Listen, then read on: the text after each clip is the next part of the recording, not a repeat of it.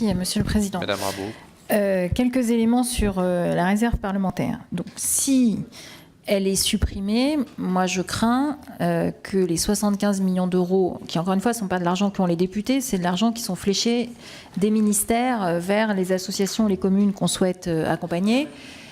Donc ils vont disparaître. Les 75 millions d'euros se distinguent en 35 millions d'euros versés par vous, enfin par les 577 députés aux associations, et 40 millions aux communes. C'est en tout cas le dernier exercice que j'ai eu, que le rapporteur général est grosso modo intendant de cette réserve parlementaire. Donc, moi je voudrais, monsieur le rapporteur général, que vous nous disiez, si jamais c'est supprimé complètement, ça veut dire que ça passera à la trappe, parce qu'on sait très bien qu'une fois que c'est dans le budget général, les associations et les petites communes n'en verront pas la couleur, quel que soit le canal, puisque la question de la disparition, c'est le canal, c'est des accusations de clientélisme, etc., etc. Bon. Ça, c'est le premier sujet.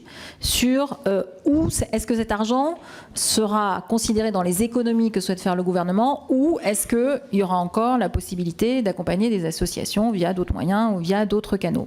Ça, c'est la première question.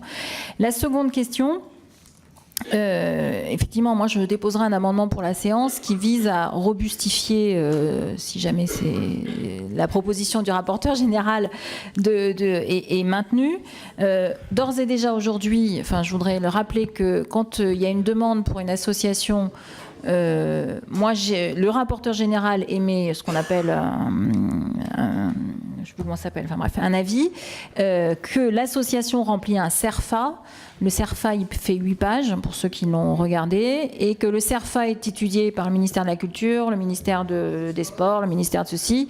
Donc, il y a un certain nombre de contrôles qui ont été faits, et qu'il y a des refus qui ont d'ores et déjà été opérés, signifié. Un premier filtre qui est fait par le rapporteur général où moi j'ai déjà refusé de signer un certain nombre de notifications, ça y est, je retrouve le mot, de notifications. Ça, c'est le premier point. Et le second point porte effectivement sur les communes où là, il y a un gros dossier qui est élaboré.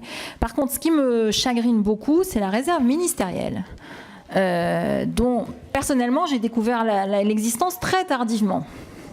Sur un mandat, bah oui, ça fait partie des choses qu'on découvre au fil de l'eau.